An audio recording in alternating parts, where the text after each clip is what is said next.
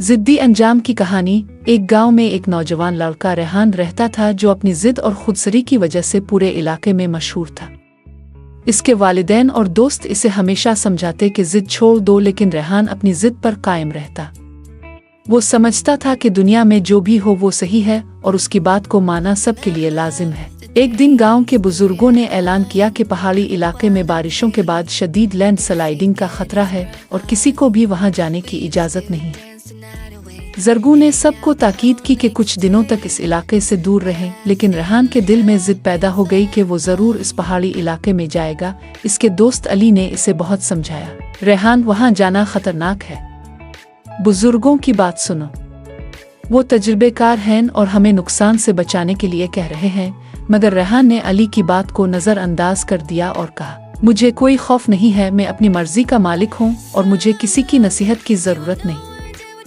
रेहान अकेला ही पहाड़ी इलाके की तरफ रवाना हो गया। जब वो वहां पहुंचा तो मौसम खराब होना शुरू हो गया। पहाड़ों पर काली घटाएं छा गईं और बारिश तेज होने लगी। रेहान ने सोचा कि वो जल्दी वापस जाएगा, लेकिन इसी दौरान अचानक एक जोरदार आवाज सुनाई दी। पहाड़ का एक बड़ा हिस्सा टूटकर नीचे आ गिरा और रेहान वहां फंस गया। वहां का मंजर खौफनाक हो गया था।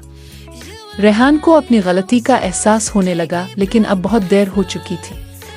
वो बहुत मुश्किल से बचने की कोशिश कर रहा था, लेकिन मिट्टी और पत्थर मुसलसल गिर रहे थे। लेकिन वहां कोई नहीं था जो इसकी आवाज सुन सकता। घंटों बाद गांव के लोग, जिन्हें इसके जाने का इल्म हो चुका था, इसे ढूंढने के लिए निकले। काफी तलाश के बाद उन्हें रेहान मिल तो गया, लेकिन वो शदीद जख्मी हो चुका था। इसे बड़ी मुश्किल से अस्पताल पहुंचाया गया, मगर वो इस हादसे में अपनी टांगों से महरूम हो गया। रेहान की जिद और अना ने न सिर्फ इसकी जिंदगी को बर्बाद किया, बल्कि इसकी जिस्मानी हालत को भी नाकाबिले तलाफी नुकसान पहुंचाया।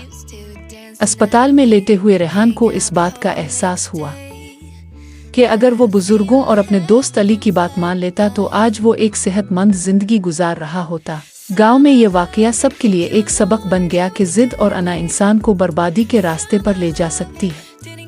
इस दिन के बाद रेहान ने अपनी जिद को छोड़कर आजिज़ी और समझदारी से जिंदगी गुजारने का अहद किया, लेकिन इसका अंजाम हमेशा लोगों के जहनों में एक मिसाल के तौर पर जिंदा रहा।